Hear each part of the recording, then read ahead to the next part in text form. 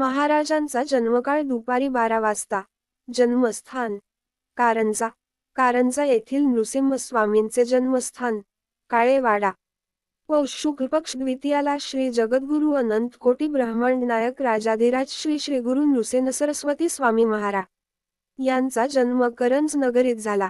कारंज हे पौराणिक आणि ऐतिहासिक नाव श्री करंज ऋषींनी ठेवले. पूर्वी या गावाला करंजनगरी म्हणून ओळखत. या गावात पाण्याचे दुर्भिक्ष होते, म्हणून या करंज ऋषींनी हातात कुदळ घेऊन तलाव खोदण्यास सुरुवात केली. त्याच वेळी उत्तरेतून एक ऋषींचा संघ येथे आला. त्यांनी आपापल्या कमंडलूतील जल तेथे ओतले आणि एक मोठा जलाशय तयार झाला. हा जलाशय आजही ऋषी तलाव या नावाने ओळखला जातो. वाशिम जिल्ह्यातील कारंजा, लाड या गावी देवी अंबाभवानी आणि देव माधव काळे यांच्या पोटी श्री गुरु नृसिंह सरस्वतींनी याचा जन्म झाला. श्री महाराजांचा शततारका नक्षत्रावर जन्म झाला व जन्म नाव शाळीग्रामदेव हे होते. नंतर मोठ्या थाटाने त्याचे बारसे साजरे करून नरहरी हे व्यावहारिक नाव विधिपूर्वक ठेवण्यात आले. समकालीन ग्रंथात असा उल्लेख आढळतो. माधवशास्त्री स्त्री अंबिका कारंज सतीथोर. पूर्वजन्मी तिजसी श्रीवल्लभवर. पुढील जमनी तवकुशी धरीन अवतार. म्हणून आंबेकुशी आले एका तिथीवार. द्वितीया पौष शुद्ध शततारावरी. माध्यान्ही अवतरले नरहरी शनिवारी. आदौ माघ कृष्ण शुभ तिथी भृगुवारी. पुष्पासनी आरुळले त्रिगुण यतिधारी. जन्मताच ते ओम चा जप करू लागले. सर्वसामान्य मुलाप्रमाणे रडले नाहीत. त्यामुळे सर्वांना आश्चर्य वाटले. तत्कालीन महान ज्योतिषांनी हा मुलगा साक्षात ईश्वरावतार असल्याचे सांगितले.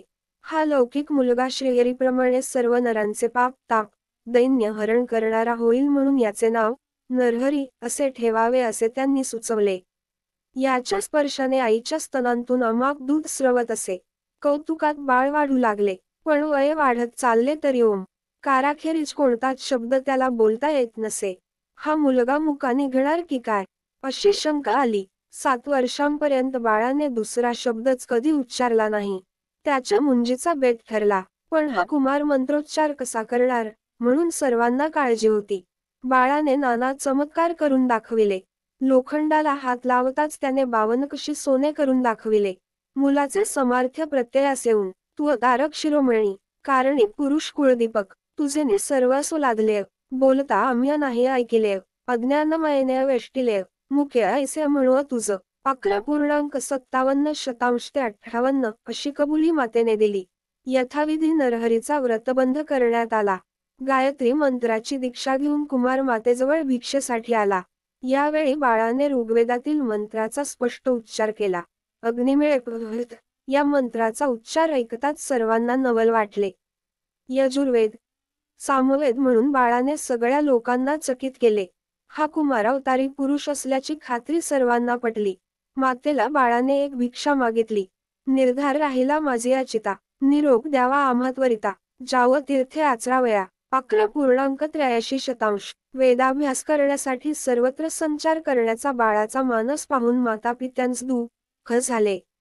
पुत्र रक्षक होईल या आशेवर जगलेल्या मातेची निराशा झाली. आईचे दुःख ओळखून मुलाने तिला ब्रह्मज्ञान सांगितले.